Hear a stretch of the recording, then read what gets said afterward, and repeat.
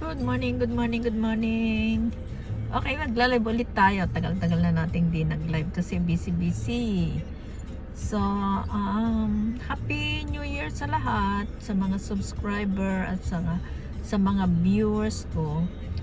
Happy New Year, sana na-enjoy yung New Year. Kaso lang nakakalungkot yung mga nabalitaan ko sa Pilipinas na may mga nasunugan, may mga nasabugan ng mga fireworks kasi gumamit sila ng yung mga illegal na fireworks.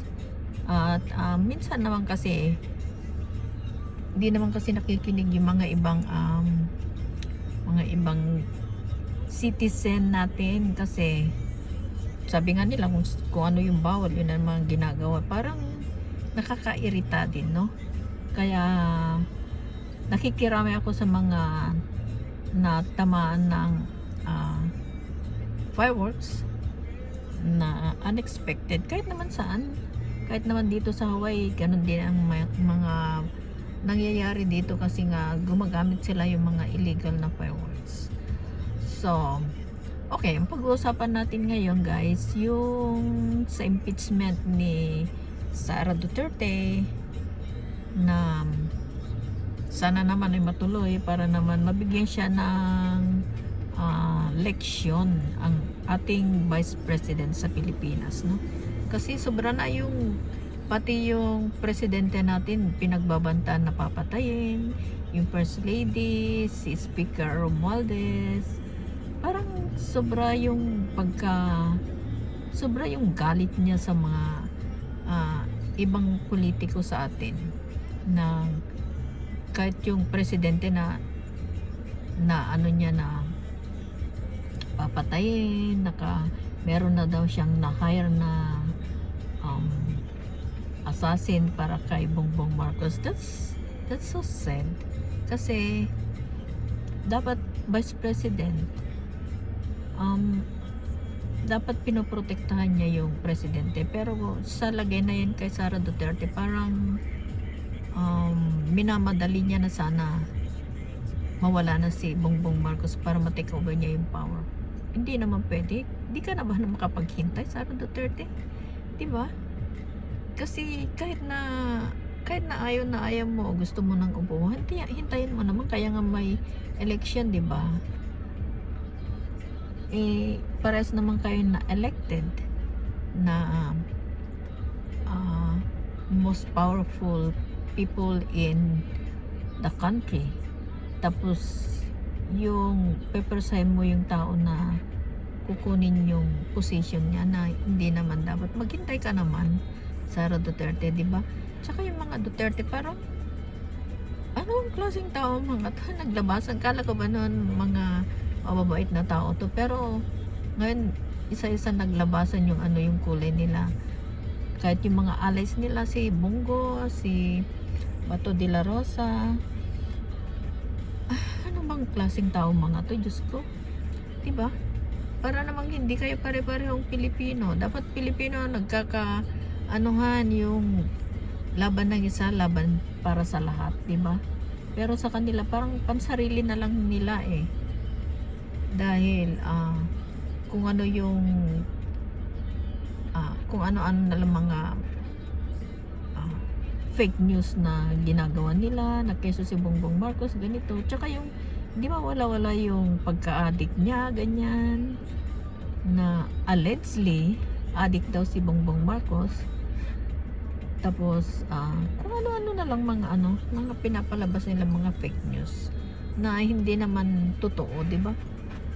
Kaya sana naman tigil-tigilan na nila. Kasi pare-pares lang naman kayo mga Pilipino. Kaya sa Pilipinas parang ano bang klase mga tao yung mga Duterte? 'Di ba? Tsaka yung mga vloggers din nila parang wala na ba silang kahihiyan? Wala na rin silang kinakatakutan na sige pa rin kahit na fake news, gumagawa sila ng fake news, it's fine para sa kanila basta makasira sila ng tao. Kaya okay din yung ginawa ng mga Congress na gumawa sila ng batas para panagutin yung mga gumagawa ng fake news, di ba? Para naman mabawas-bawasan yung mga sinungaling ng mga vloggers. Doon lang sila kumikita sa mga ginagawa nilang fake news, di ba? So, nakakalungkot na isipin na ganun na ang Pilipinas ngayon. Pero, so far it's fine kasi si Bongbong Marcos parang nag-umpisa na siyang matigas ngayon. Kasi, hindi na niya pinapalampas lahat, ginagawa na niya. Di ba? Tsaka, sana matuloy yung impeachment ni Sara Duterte para naman mabigyan siya ng leksyon na hindi yung sige na lang ng sige ng kung ano na lang pinagsasabi na hindi mo malaman kung matino pa siyang tao o kasi yung bang sasabihin mo na papatayin ko si ganito ganyan, parang siyang hindi abogado ba siya na ganun na lalo lumalabas sa bunganga niya na kung ano na keso ganyan, papatayin ko pag pinatay nila ako, meron akong assassin na papatay kay hindi sila titinginan at hindi nila mapapatay, yung mga ganong klaseng pagbabanta ay talaga hindi mo maiisip kung anong klaseng tao mga Duterte. Tsaka si Digong naman pagka may kausap parang wala din sa katinoan si Digong kasi kung ano-anong pinagsasabi na keso ganito ganyan, yung mga ICC ganyan, ay pagsisipahin ko pa sila. Parang sila ba mga edukadong tao? Kasi parang wala parang ginagawa nilang parang sila na lang yung pinaka most powerful people, parang ganun. Kasi nga nasanay sila na ganun yung galaw nila, nasanay sila na nung nasa power pa sila, kahit na anong gawin nila okay lang kasi hawak nila yung hawak nila lahat ng tao Kaya tingnan yung mga ibang tao guys, wala nagsasalita. Kahit na meron silang pinapatay ng mga kapamilya nila, ganyan, mga kamag-anak. Walang nagre-reklamo kasi pag nagreklamo ka against sa mga Duterte, patay ka rin sa kanila. Kasi wala sila hindi sila natatakot na pumatay ng tao. Mawala ka lang sa landas nila. Ganun yung mga Duterte noon. Pero ngayon, akala nila, ganun pa rin. Pero yun ang malaking pagkakamali nila dahil noon, iba na ngayon. Kung noon Duterte may hawak ng power, ngayon naman Marcos na. At si Marcos matigas na rin, hindi kagaya noon na pinapalampas lang. Pero ngayon siguro, napuno na rin, kaya yun, umaksyon na si Bongbong Marcos.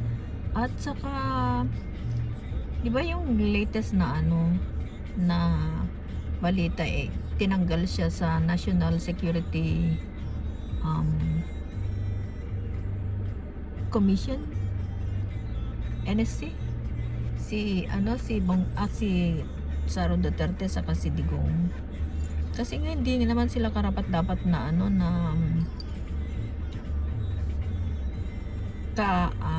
kaalyado sila kasi tinan mo kung magbanta sila, walang preno. Papatayin kita ganyan, parang hindi sila natatakot.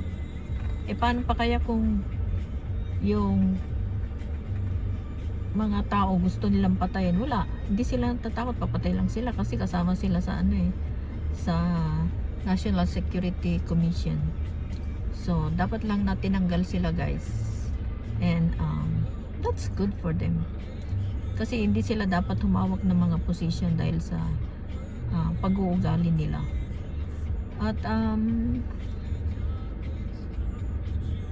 maraming lumalabas na hindi maganda sa mga Duterte ngayon. At hindi ako maniniwala na yung mga klaseng ganun ng mga Duterte lahat sila involved eh. Kaya ganun ba silang klaseng pamilya, yung mga Duterte, na kung hindi drug addict, mga drug dealer, ganyan. Pero sige pa rin sila ng um, deny. Masyado silang denial kasi lagi silang inaano na wala kaming alam.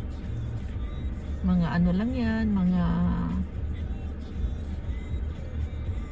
parang gawa-gawa lang ganyan. Kahit na meron nagpapatunay na sila mga drug pusher, wala pa rin. Kasi nga nasanay sila na may palusot. Kahit na may mga nagsasabi na isa sila sa mga meron pa rin silang palusot. Kaya kahit na anong gawin mo, sila pa rin yung tama. So tingnan natin sa mid-election guys kung yung mga Duterte ba ay kuha ulit ng pwesto sa gobyerno o tuloy na silang maalis. At tingnan din natin kung makakapasa yung impeachment trial laban kay Sara Duterte. So hanggang doon na lang guys, and thank you for watching my vlogs, and don't forget to subscribe, like and share, and thank you for watching. Happy New Year guys, take care, bye.